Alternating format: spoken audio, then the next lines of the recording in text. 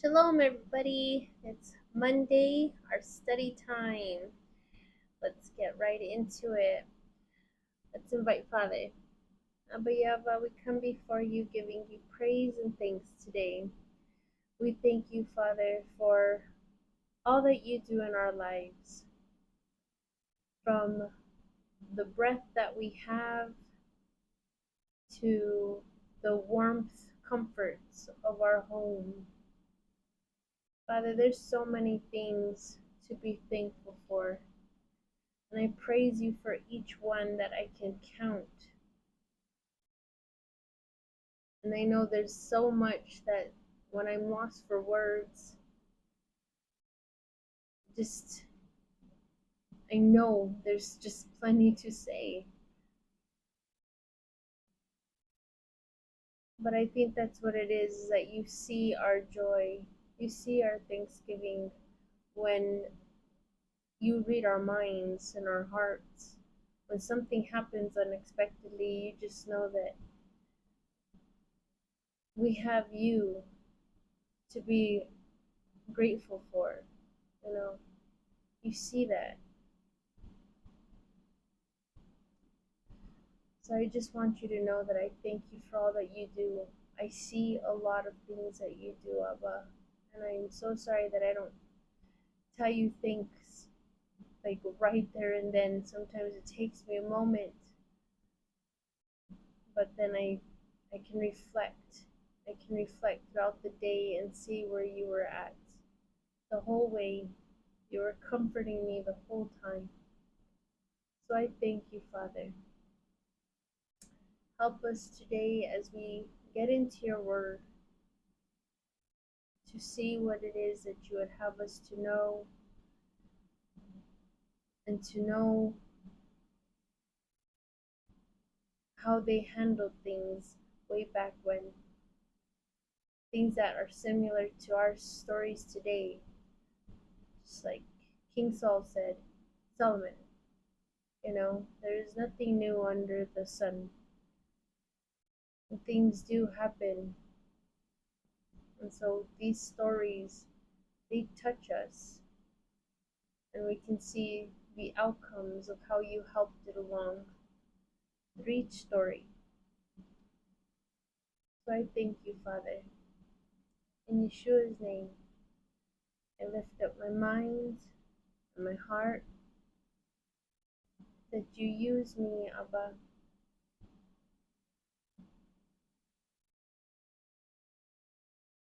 I'm here, ready to speak what it is that I think with you, and hoping that it touches the next person to see how easy it is to come before you and to look on these things and to have a meaningful relationship with you. I love you in Yeshua's name, amen. Okay, let me get 1 hour down. We will get to study.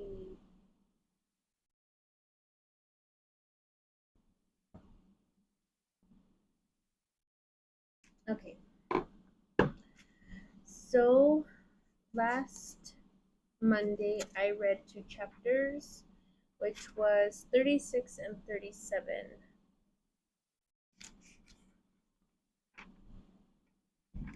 And of course, we recapped before those ones. And just to mention them again, chapter 35, we got to see where Jacob returned to Bethel. And then I'm just going off by the titles. Jacob's name changed to Israel. Then, of course, the death of Rachel, the sons of Jacob, the death of Isaac. We got to see Esau's descendants, and where like the first kingdom came about, like when kingdoms started to become a thing. And it says that it was with Esau's house. If I can recall, I'm trying to look back through it where it said its specifics.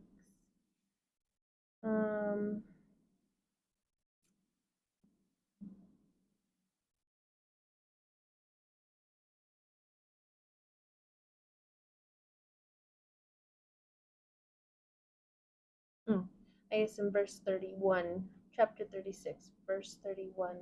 And these are the kings who reigned in Edom, or Edom, um, before a king ruled in Jerusalem. So we got to see where that started to take place. His father was their king, but we'll see where it got switched, where they asked for a king. Then chapter 37, we got to see Joseph the dreamer. That's what the title was. And Joseph sold by his brothers. Really sad story.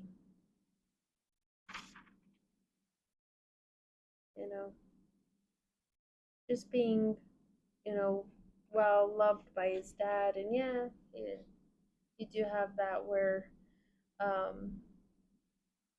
jealousy does come into the others that can see it. And he had him in his old age, and it took a long time for Rachel to even, have him.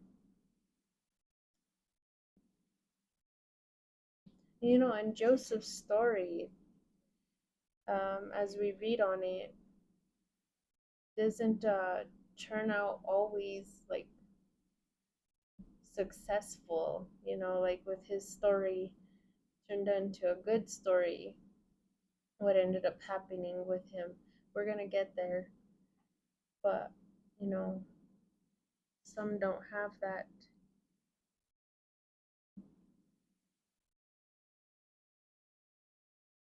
type of ending. But he did. He had it pretty rough there for a moment. It's really sad. Okay, chapter 38. There's nothing much to really recap on or anything to say towards it.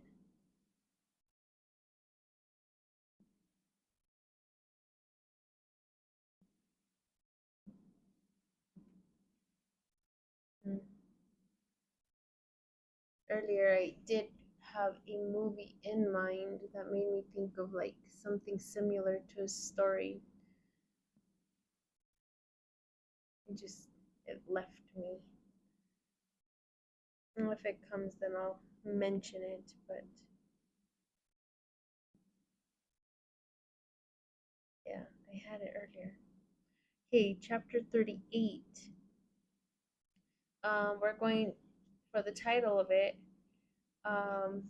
It says Judah and Tamar, and that's it for the whole chapter. So, see how far we get. Okay, verse 1. It happened at that time Judah came down from his brothers and arrived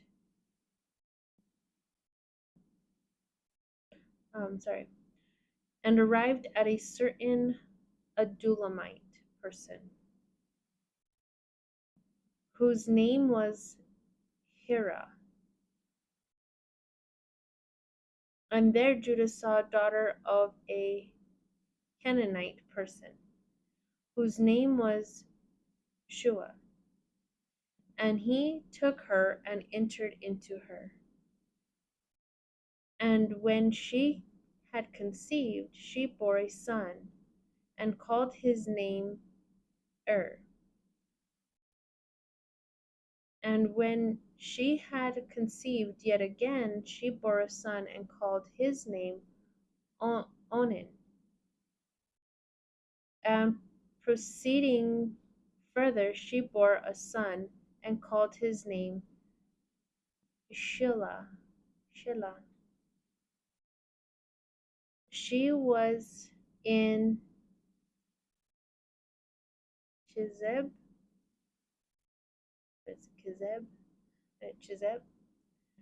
when she bore them. And Judah took a woman for his firstborn son, whose name was Tamar. The firstborn of Judah, became evil before Yehovah, and Yehovah killed him. Judah said to Onan, enter into the wife of your brother, and marry her, and raise up seed for your brother. Now Onan knew that the seed would not be his. It happened whenever he entered into the wife of his brother, he would spill on the earth in order to not give his brother seed. The word appeared evil in the sight of Yehovah because he did this. So he killed this one also. Judah said to Tamar, his daughter-in-law, remain a widow in the house of your father until Shelah, my son, becomes full grown. For he said, in case this one should die also, like his brothers. Having departed, Tamar settled in the house of her father. Now I know he was, he told her to go ahead and go back home. He told her to go back home until he was full grown, but I don't know if he spoke like the next statement, in case this one should die also like his brothers, you know, like that would put a massive hint, to make her feel like he's kind of like looking at her, blaming blaming her for the deaths of her other two, her husband, and then the other brother.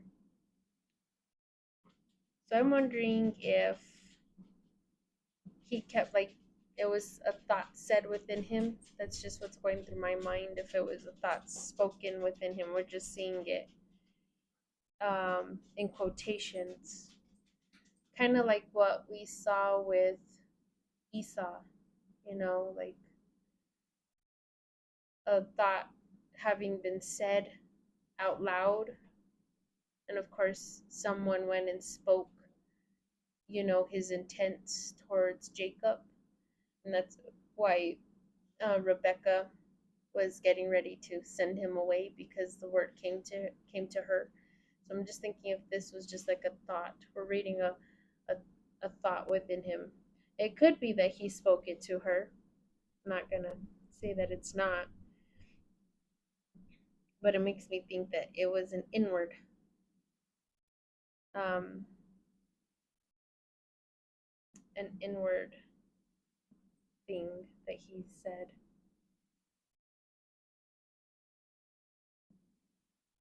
But who knows? Okay. Um, so I'll just start right there. In case this one should die also like his brothers.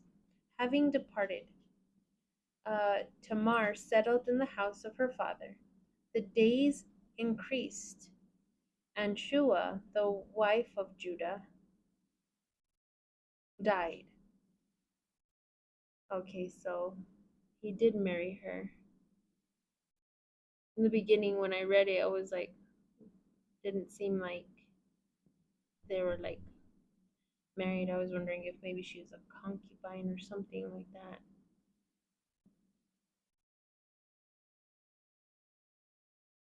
It was just like met this woman and then just went into her. But no, now we can see right here it's stating that in verse 12 that she was his wife. Okay, so she died. And being comforted, Judah went up to those who were shearing his sheep. And Hira, his shepherd, the Adulamite, toward Timnah. And it was reported to Tamar, his daughter-in-law, saying, Look, your father-in-law went up to Timnah to shear his sheep. And removing the garments of widowhood from herself, she put on a summer garment, and adorned herself, and sat down at the gates of Enan, which is on the way to Timnah. For she saw that Shelah, his son, had been full grown, but he did not give her to him as a wife. And having seen her, Judah thought she was a prostitute, for she covered up her face. And he did not recognize her. He diverted his way toward her and said to her, Allow me to enter into you. For he did not recognize that she was his daughter-in-law. So here we can see where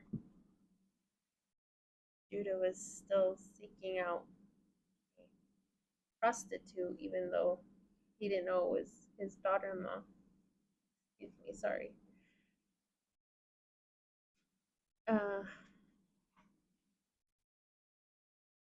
But I guess that's more or less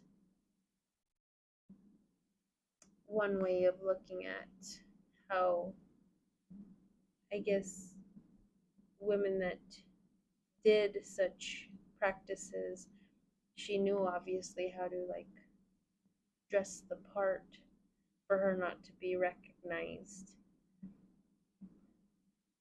Interesting.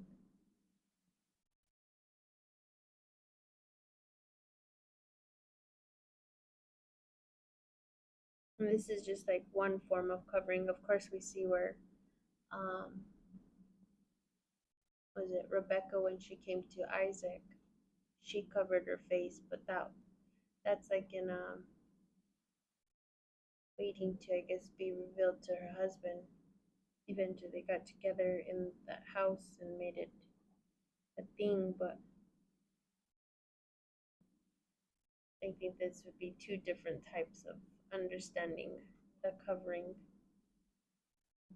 And then Rachel, she didn't have to cover herself because Jacob ran to her and kissed her, kissed her right away.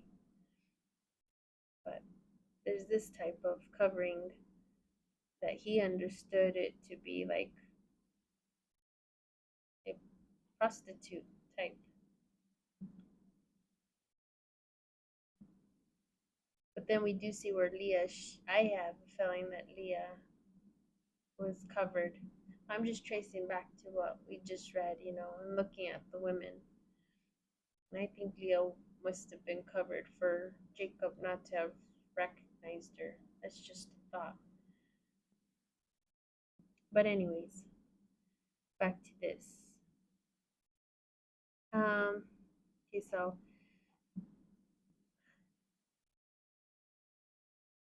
16. He diverted his way toward her and said to her, Allow me to enter into you. For he did not recognize that she was his daughter-in-law. She said, What will you give to me if you enter into me? He said, I am sending you a goat kid from the flocks. She said, If you give a pledge until you send it, if you give a pledge until you send it. Okay, so she's asking something for like right now.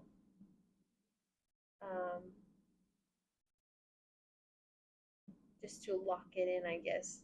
Like if you were to put like a down payment of some sort. And then then the rest you pay in full, or like she'll give it back, something like that. He said, "What pledge shall I give you?" She said, "Your ring and small necklace and staff that is in your hand."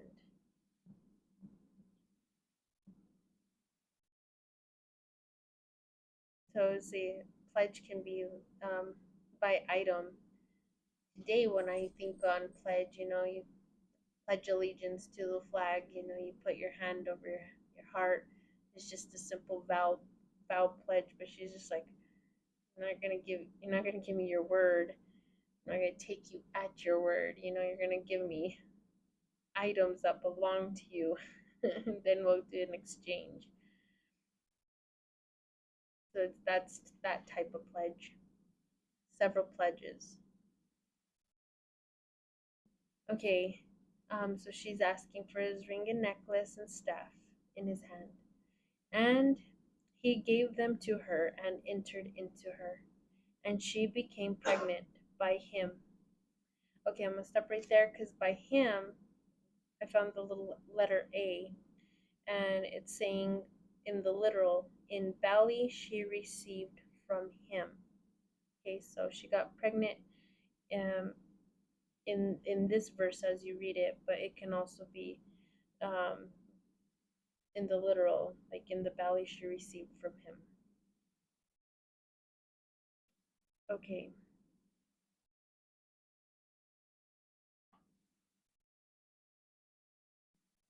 And arising, she departed and took off the light summer garment from herself, and she put on the garments of her widowhood. Judah sent the young goat from the goats by the hand of his Adulamite shepherd to receive the pledge from the woman, and he did not find her. He asked the men who were in the place, "Where is the prostitute who was at Enon by the road?" And they said, "There was no prostitute here."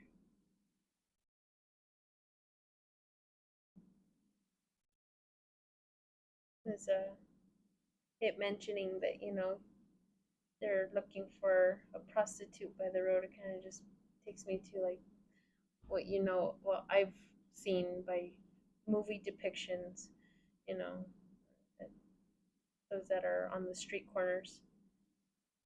Not everybody goes to like, I guess, uh, places where, um, and buildings, like what you see on the street corners. And they said, "There was no prostitute here." So he returned to Judah and said, "I did not find her." And the people who are from the place say that there was no prostitute here. Judah said, "Let her have them, but let us not be laughed at. I have sent this kid, but you have not found her." It happened after 3 months.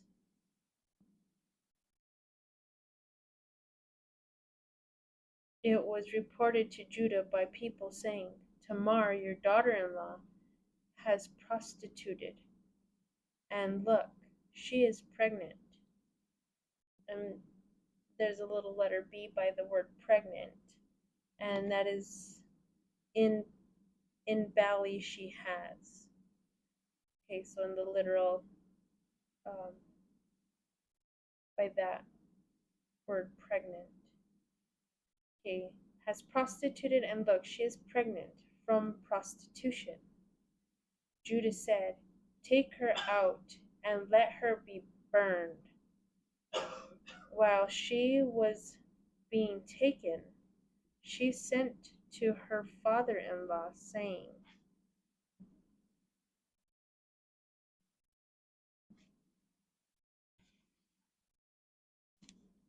I am pregnant.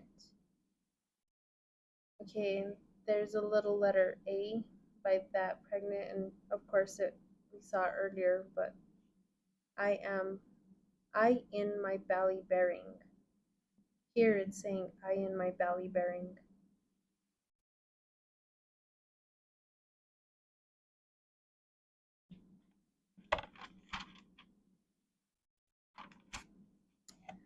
Okay. I am pregnant by the person whose things these are. And she said, find out whose are the ring and the small necklace and the staff. Judah recognized them and said, Tamar is in the right, and not I, because I did not give her Shelah, my son. And he did not proceed to know her further. And that's in saying that, he never slept with her here on out. Because remember, if we trace back when it came down to, you know, Isaac knew his wife or known his wife, and the same with Jacob, when he knew his wife, know his wife. Um, there was no more relations.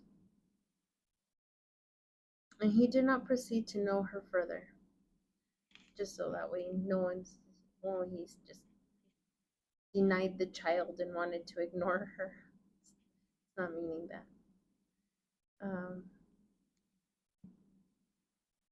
It happened when she gave birth that she there were twins in her womb. It happened while she was giving birth, the first one put forth first his hand. Taking it, the midwife tied on his hand a scarlet thread, saying, This one will come out first. When he brought in his hand, then at once his brother came out. She said, Why was a fence cut through you? So she called his name Perez. And after this his brother came out, upon whom the scarlet thread was on his hand, and she called his name Zerah.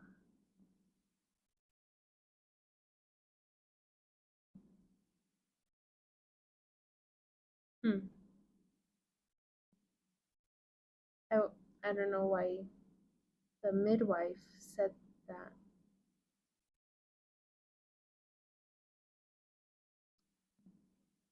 Why was a fence cut through you? Was that in reference towards the brother's hand coming forward, like an interception, like he's trying to shortcut? Is that what she was meaning?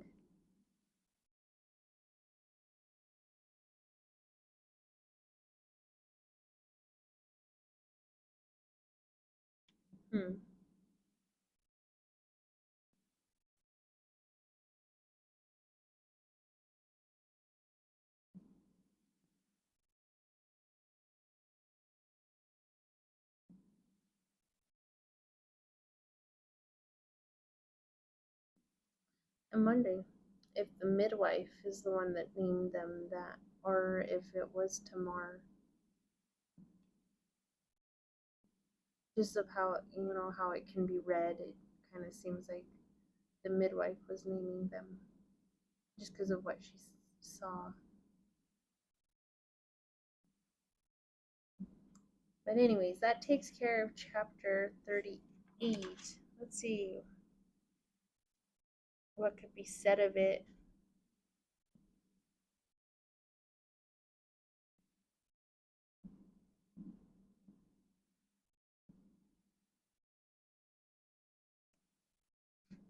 I think Tamar, she knew that he had she was being blamed. Like if there was like if she had anything to do with um the deaths of her husband, that it could seem so, you know. Um, but a lot of times when we think that something's due to someone, it's Father working, you know, in the midst of what's the situation. He's always in the midst of everything, you know. He'll work through people to test you. You know, we did see where Isaac was going to be used, you know, to test his uh, dad's heart. You know, he's telling Abraham he is going to need to sacrifice his only son, and that would weigh on him, you know. So he's using Isaac to do that, to try to test him. And now it wasn't Tamar, it was Father who could see the evil that was in her first husband, and then the second, what he was doing by spilling, you know, his seed. And these are things I can't explain because I don't understand, like, why. I don't understand a lot of it as to like these customs. They don't make sense to me. You have where we got to read where Leah and Rachel got to, or even Sarah, you know, Sarah through her servant wanted to try to claim a child from the servant, you know, and it's, instead of it being the servant, even though they gave the servant as wife to the husband, they were still trying to claim the child as their own. Like, I'll have a child through her, you know, and that I don't know why. And here we have where um, the man, you know, if a brother passes on, then the brother can give his seed to her, but it would still take on the name of the brother that passed. It wouldn't be the husband that gives to her. There's these customs I just don't quite understand, like why, and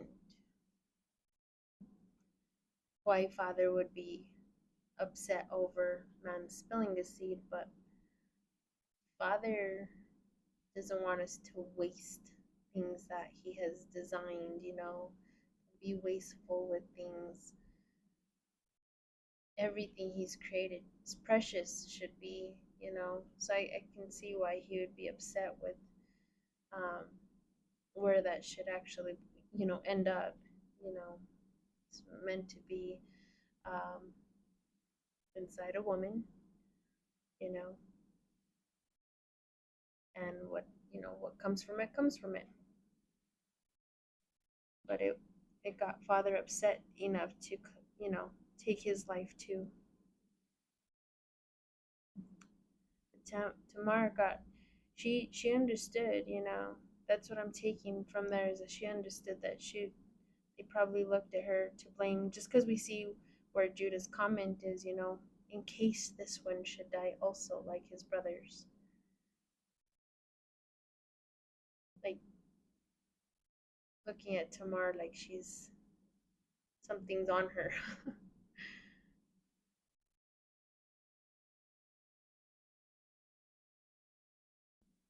But she got smart.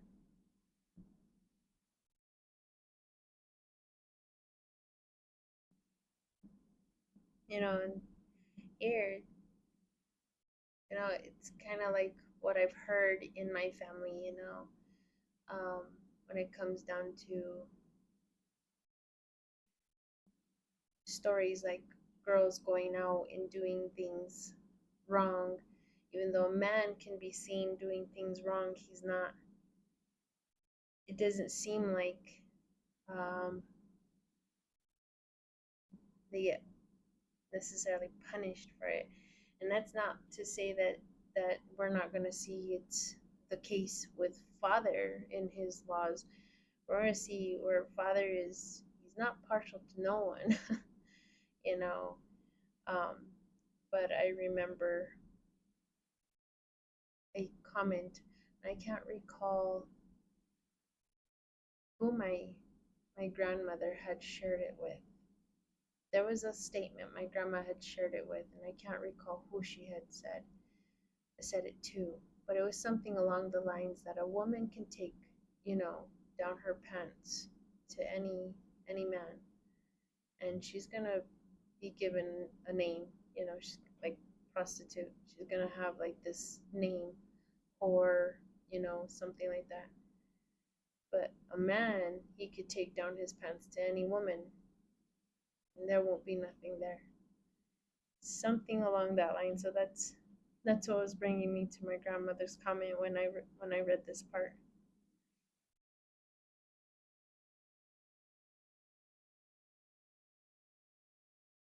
But in the law, we'll get to see where those that are doing prostitution, if I'm not mistaken, it's something where both the woman and the man, you know, um, get punished for doing it.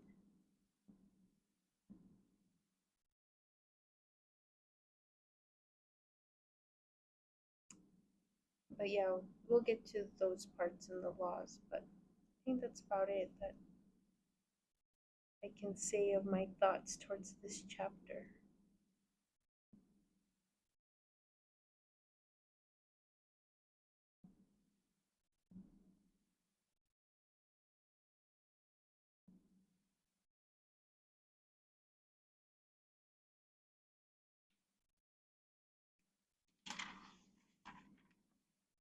And Judah couldn't get mad at her. He knew that um,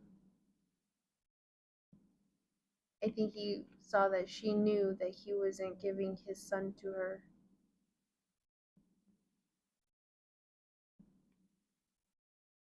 And that's it. That's all I can think on this chapter with Tamar.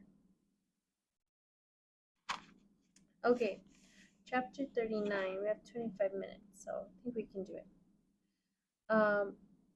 The title for it is Joseph and Potiphar's wife. Okay, so now we jump back into going back to Joseph. Um, we ended up having just a different story, come in by Judah, just to know something, I guess, an extra towards what was happening, um, like possibly like after, like how life carries on. Like, okay, now we know that Joseph's in Egypt, but he's still here. Now look at what's happening. Um, in the lives of his brother. So I think it's like we'll go back and forth of like what's happening in the lives of the other brothers, while still keeping in mind who we left off with. So now we saw what was happening in Judah's life and what happened to his sons and who was behind it. It wasn't Tamar, it was father. He's always watching.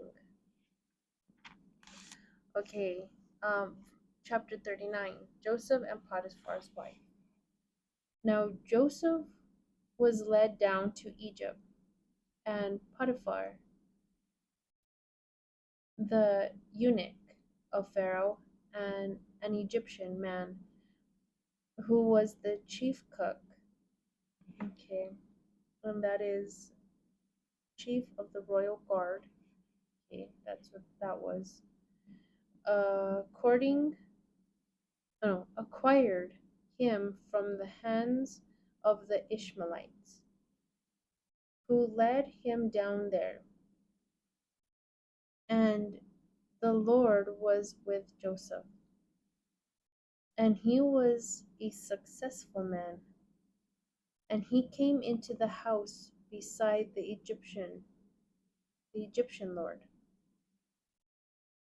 His Lord knew that the Lord was with him, and whatever he did, the Lord was making him prosperous in his hands. Okay, so let's see. There's just people can just tell when there's something about you. You know, something uh radiates like, oh, there's something special with this one. It's just like one time, my aunt, I think it was coming from my aunt, or was it my sister? I can't recall which one told me, but they remembered what my mom had shared with them, and it had to do with my second son, Josiah. And one of them said, "Your mom, all she could say was, there's something about Josiah. There's just something about him."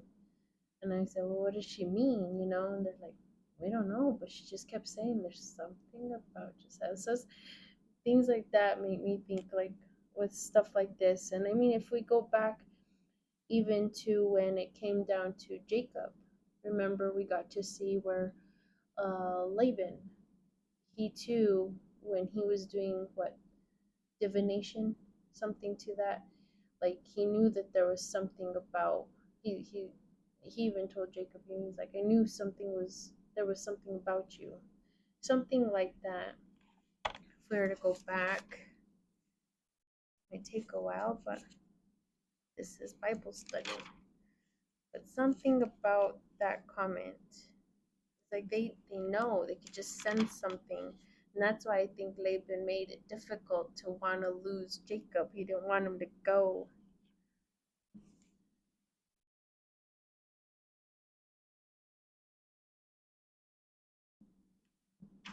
Let's see here. Just tracing back. And now we can see now this Lord that Joseph's going to be with. Now he can tell, like, there's just something about Joseph. Things just happen.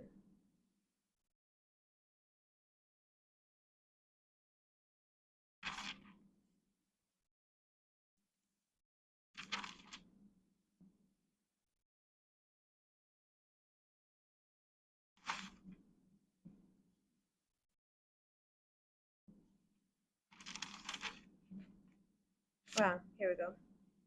And Laban said to him, if we went back to Genesis chapter 30,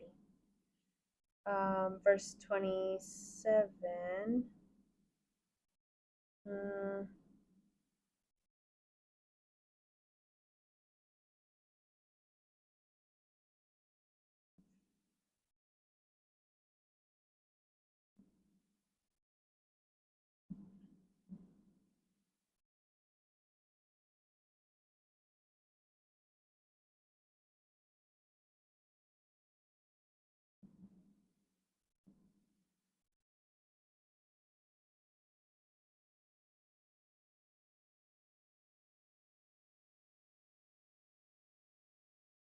Something, I guess I could read it from verse 27.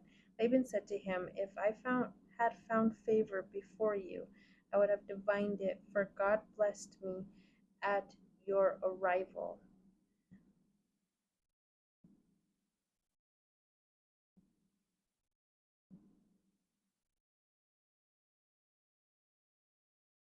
And that's just like in recognition that, you know, he knows that Jacob has always made him prosper.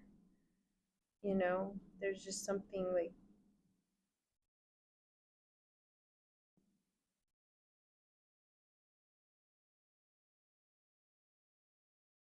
There's just something there, You just can tell there's something there about that person.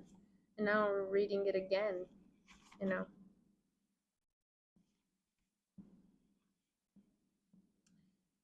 Yeah, so that's just something to think on. Okay, verse 3 again. His Lord knew that the Lord was with him, and whatever he did, the Lord was making him prosperous in his hands. And Joseph found favor before his Lord, okay, his master, the one that he's under. He was pleasing to him, and he placed him over his house, and all things that were his, he gave them through the hand of Joseph.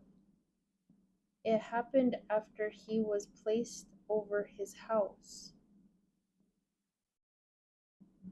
and over all the things that were his, and the Lord blessed the house of the Egyptian because of Joseph.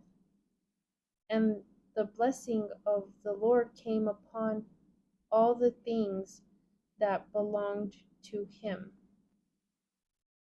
And the blessing of the Lord came upon all the things that belonged to him in the house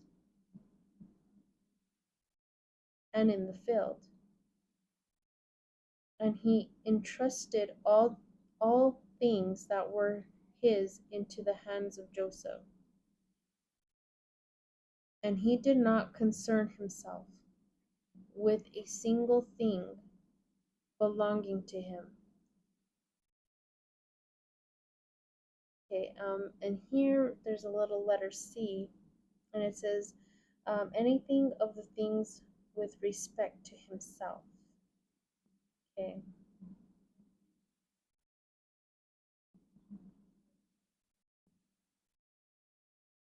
And he entrusted all things that were his into the hands of Joseph, and he did not concern himself with a single thing belonging to him, except the food that he ate.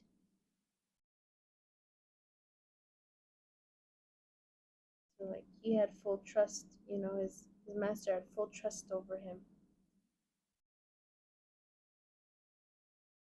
Like, he didn't have to worry, full trust was there.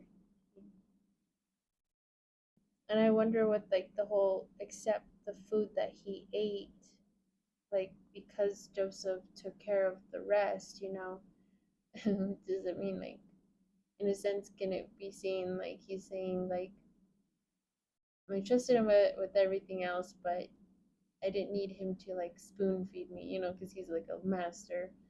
So he doesn't need someone to feed him. Like, he can take care of himself. Or could it be seen in a sense that um, he didn't let him handle his food in the sense that he had someone, like, taste his food, because he doesn't want to be poisoned, like some of those that are in high positions. People want to take their position, so they'll have, like, a food taster and a drink taster. Someone, I guess, willing to sacrifice their themselves to make sure that he's not gonna get poisoned. Could it be that? I don't know. Or is it that he didn't have Joseph take care of? Here's a third thought, maybe he didn't have him take care of his food stuff that he ate, because he had other chefs handle that business, like, took care of everything else. I had to make him do everything. Is it that type of thought? I don't know. Okay, now Joseph was handsome in appearance and very beautiful in outward appearance. And this happened after these words.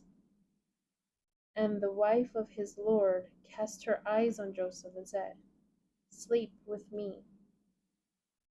He did not want to, but he said to the wife of his lord, "If my lord does not know about anything in his house because of me, and all things that are his, he gave into my hands, and no one in his house surpasses me, and there was nothing removed from me, anything except you, because you are his wife. So how could I do this evil thing and sin before God?" Which I think this is why I liked Joseph so much, not just because of the fact that he the whole story, since I got to watch it as a child, where he was really mistreated, and then when he gets into Egypt, the movie's depictions, okay, before I got to actually read the story, then he kind of had it rough, you know, um, with Potiphar's wife, in the sense that she just wouldn't take no for an answer, but just his how strong he was able to like fight that urge that you know where when temptation presents itself, then you're like you want to give into it, but he held his ground and he's like, no. That was something.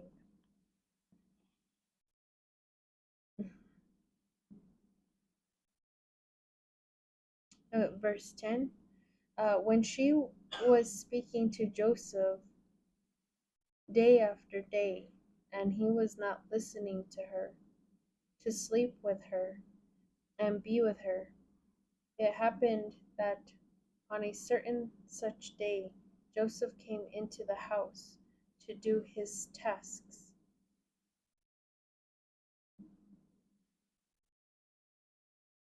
and no one was inside the house. And she pulled him by his garments, saying, "Sleep with me." And leaving behind his garments, he fled and went outside. And this happened when she saw that he left behind his garments in her hands and fled and went outside. Then she called those who were in the house and spoke to them, saying, "Look, he brought a Hebrew servant among us to mock us. He came to me, saying, 'Sleep with me,' and I cried with a loud voice. When he heard that I raised my voice, and I cried aloud, leaving his garments with me, he fled and went outside. And she left the garments beside herself until the Lord came into his house. And she spoke with him according to these words, saying, 'The Hebrew servant whom you brought into us came in to me to mock me and said to me, Sleep with me.' When he heard that I raised my voice and I cried out, he left his garments with me and fled and went outside. It happened when the master heard the words of his wife, everything she spoke to him, saying, 'Your servant dealt with me like this.' Then he was inflamed with anger.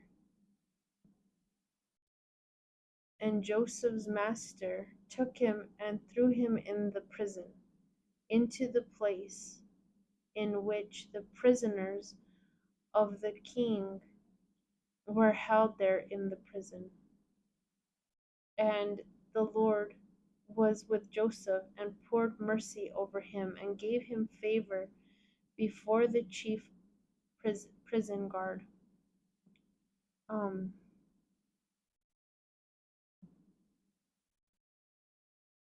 And the chief prison guard gave the prison into the hand of Joseph and all the ones who had been imprisoned. as many as were in the prison, and all the things that they were doing there. The chief prison guard did not have knowledge of anything because of him.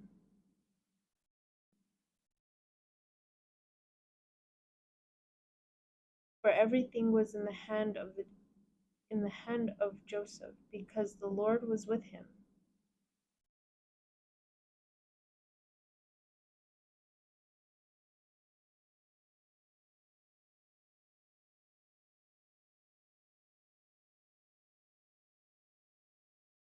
And the Lord made everything he was doing prosperous in his hands. I wonder what that means. Like the chief prison guard did not have knowledge of anything because of him. Is that going on to say like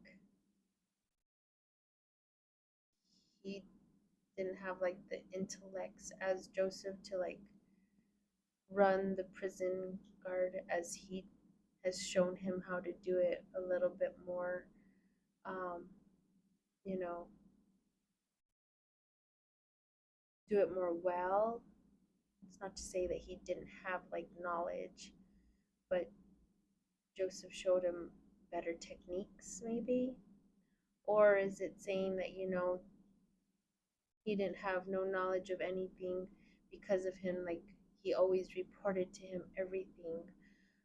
So everything he respected the chief prison guard, like he kept him aware. And we can see that same example of how he started off as a child, what he was doing since he was back home, what got him in trouble with his brothers to begin with, um, being a reporter of things, being an observer, and he reports back to his dad. I mean, that's what we got to see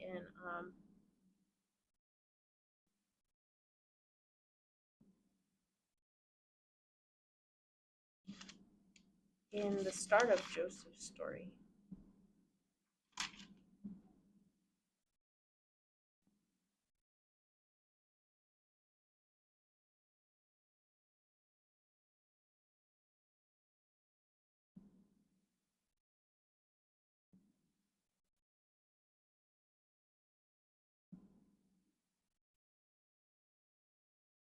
See, um, and and Joseph brought down a bad report to Israel, their father.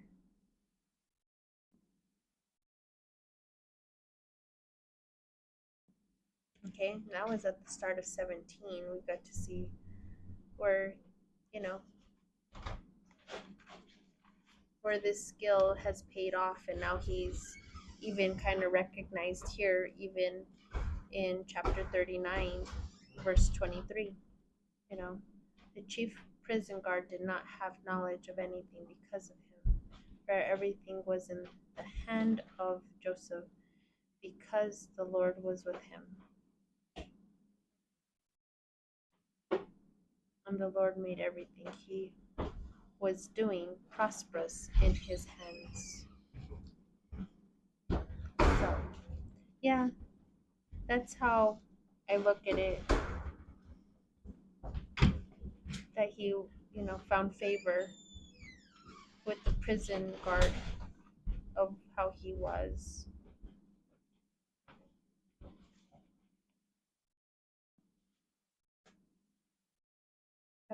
Let's see here, 4 minutes left. I'm trying to see what I can share for more, just thoughts upon what we read. Like everything from even Tamar's story to even now, the stuff that we can kind of glean and see, like in any type of situation.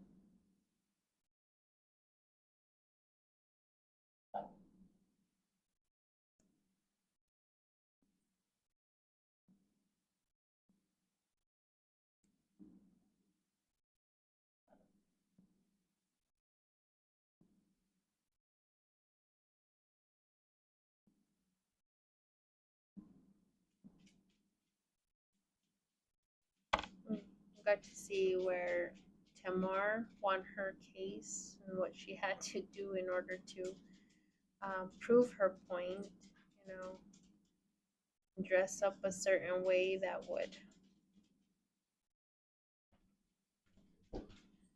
help her situation out. And then just where Joseph was, I'm just thinking on both stories here just because that's what we read today. Um, where Joseph was just, he was known to be something, like Father sent, like God sent. They knew he was special. That's what I was gonna share. Like I know I had mentioned earlier, like my mom, there was statements that she had said there was something about my son. Not to say that she didn't love my other two children. She loved all her grandchildren so much, all of them, all equal. Like I said, I never seen my parents do like the whole like favoritism thing that we got to see, like what comes by jealousy. I mean, that's just my take. You would have to talk to my brother and my sister separately, but I kind of feel like we'd have the same answer. I hope, anyways. But she loved all the grandchildren, but and even just talking on mine though, she loved them. But I don't know. There was some when my aunts expressed it. I think it was my aunt or my sister. When she expressed it, that she would go off like in a thought on Josiah, my son. And there's just something there, Just tend to wonder what. I hope you can still hear me. My heater went off about someone. There's just something there. You just never know. You just never know what it can be.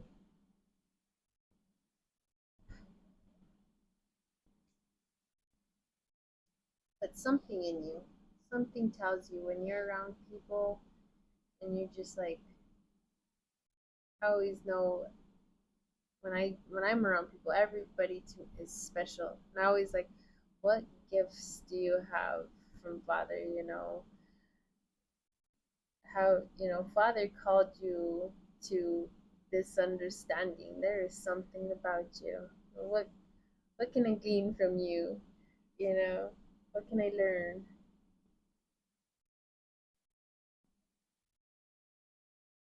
But yeah, Joseph had favor despite the fact that we're 17 seconds out.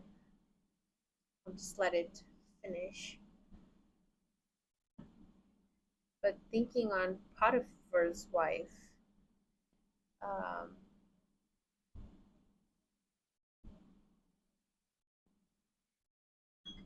that's time. But thinking on Potiphar's um, wife, it's really sad that things like that happen.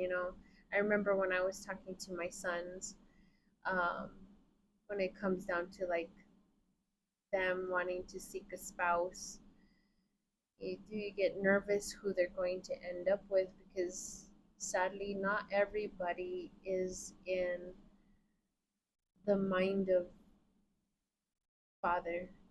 They're not in the understanding of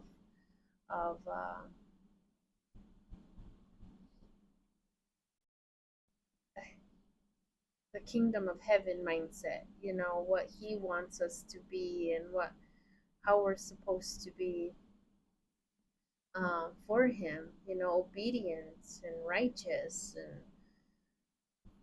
and so you tend to worry who your children are going to end up with. And I let my boys know and caution them that if they're not solid on Father's word, in the sense that maybe they don't have it together, but they're constantly trying to grow in Him, that's something different. But if they're not even putting any efforts whatsoever to try to read about Him, and they just want to say, oh, well, I believe. That's all you need, is you just need to believe in God.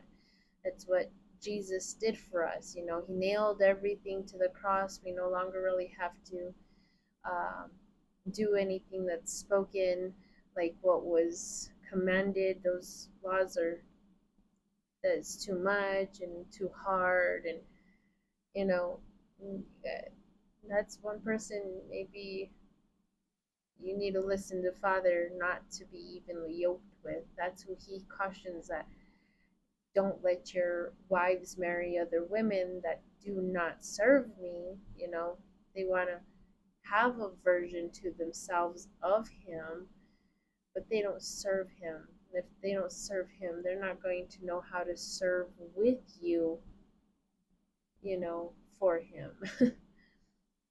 And so I let them know that girls, you got to be careful who with, because they'll make up stories.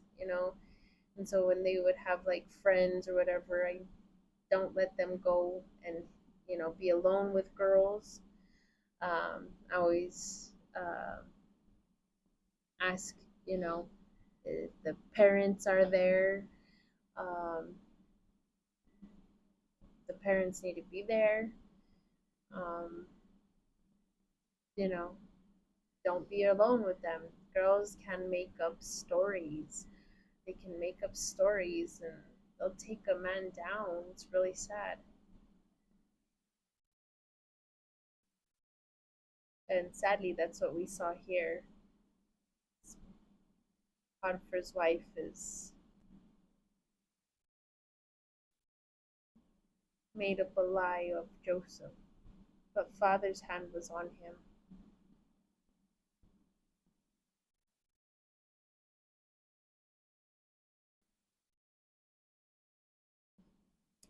Yeah. And then even still, though, when I caution my children, they're gonna go be with anybody, you know, and even if the parents are there, I'm even still, well, are the parents of the Torah, I try to make sure, because even today, parents with children, even if they have a Christian background, parents today want to be friends with their children. And so some parents let their children be whatever they want to be, whoever they want to be, however they want to be, in their house, as long as they're doing it in their house. They feel some type of like, I'm at peace that my child is here, and but at least they're doing it in the comforts of my house. And I remember getting in a conversation one time, and these were like little red flags that I hadn't seen as red flags yet. I didn't even really know that there was an expression for discernment, things that, were presenting themselves to me. I just saw those as like, questionable, but I didn't know that there was like an expression to it, like, um, there's, huh, and should I be worried about this, that kind of thing. And there was a person that we hung out with, a couple, I should say, and me and her, we were pregnant around the same time, and she knew we were, well, of course we were Christian, but like I said, we were always trying to grow in the Word before we got to where we're at. So we've always been um, really hungry for the Word, and but Christian then, and so we were really faithful. We were still trying to witness to them and stuff like that, and we knew that they were still, I don't know if I can really say that they were trying to beat off drugs. I know that they were honest about it, but because they were coming to, you know, um, the fellowship with us for a time, until they finally admitted the only reason why they were there, but that's on a different note. Uh, she asked me if I would ever let my children try, you know, drugs. And I was like, no, like, and yeah, I did share with her about my past, that I did try it before I got to learn of the Lord, fully. It's not to say that I didn't know that it was wrong. I know that school teaches really well, um, stay cool, stay in school, and drug free day, and don't do drugs. I can't recall the expressions that had like a rhyming note to it, but drugs have always been shared that it's bad, it's wrong. We know it is. And when she asked me that, I was just like, no. In my mind, I'm like, I'm Christian. Like, why were you asking me that? But she, I don't know, if she's trying to like crawl under my skin or see how I would react. And she's like, so if your son ever came to visit our son, and he were to try it, you would be upset. And I'm like, yeah, like, why is she asking me these things? But she's like, well, when my son is, it feels like he's ready to try it. She's like, as long as he does it in my presence, as long as he's doing it with me. And I'm just like, what? Now, like I said, I didn't know these things were in the minds of many. I didn't. Then I heard many other stories, where friendship with their children and letting them, you know, fornicate inside their bedroom as long as they're at home. I heard these things. I'm just like, wow, a lot of parents are friends with their children. So yeah, there's a lot of things I've cautioned my children and told them I don't really want them hanging around with the crowd, because then of course they want to come with the attitude like, you know, well, so and so does it and their parents let them. Well, I'm not every parent, My mom was a really good, and she raised me well. She was strict, She did not let me be her friend. She didn't want to be mine. She let me know right away. I am not your friend. I am your mother. And yeah, so I know that went off on a tangent, but I'm not trying to go too far off. But yeah, I did caution my boys about when they're alone with a woman, you know, no matter like now that they're, becoming adults, it can even happen at work. Even let them know you're even at work and flirtation can happen, You got to be careful, because a woman can even get you fired. And I mean, I know a story of that too, and it just, things like that happen. You got to be careful. But anyways, that's time that took up our hour. I pray that this was a blessing, gets you thinking, you know, brings confirmation.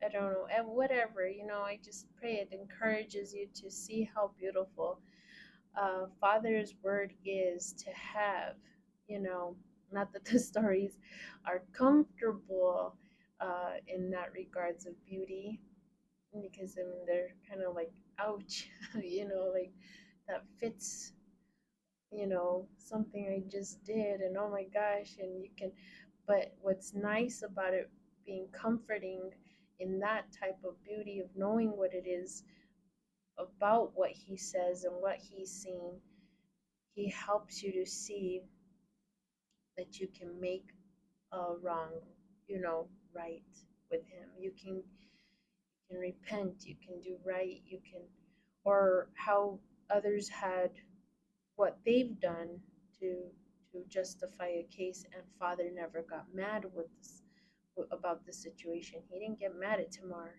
Not that I'm saying to, I'm not trying to promote any type of like go and disguise yourself and, gain something from that. No, but just to understand, certain cases of like when things like that happen, Father is mindful of what's going around.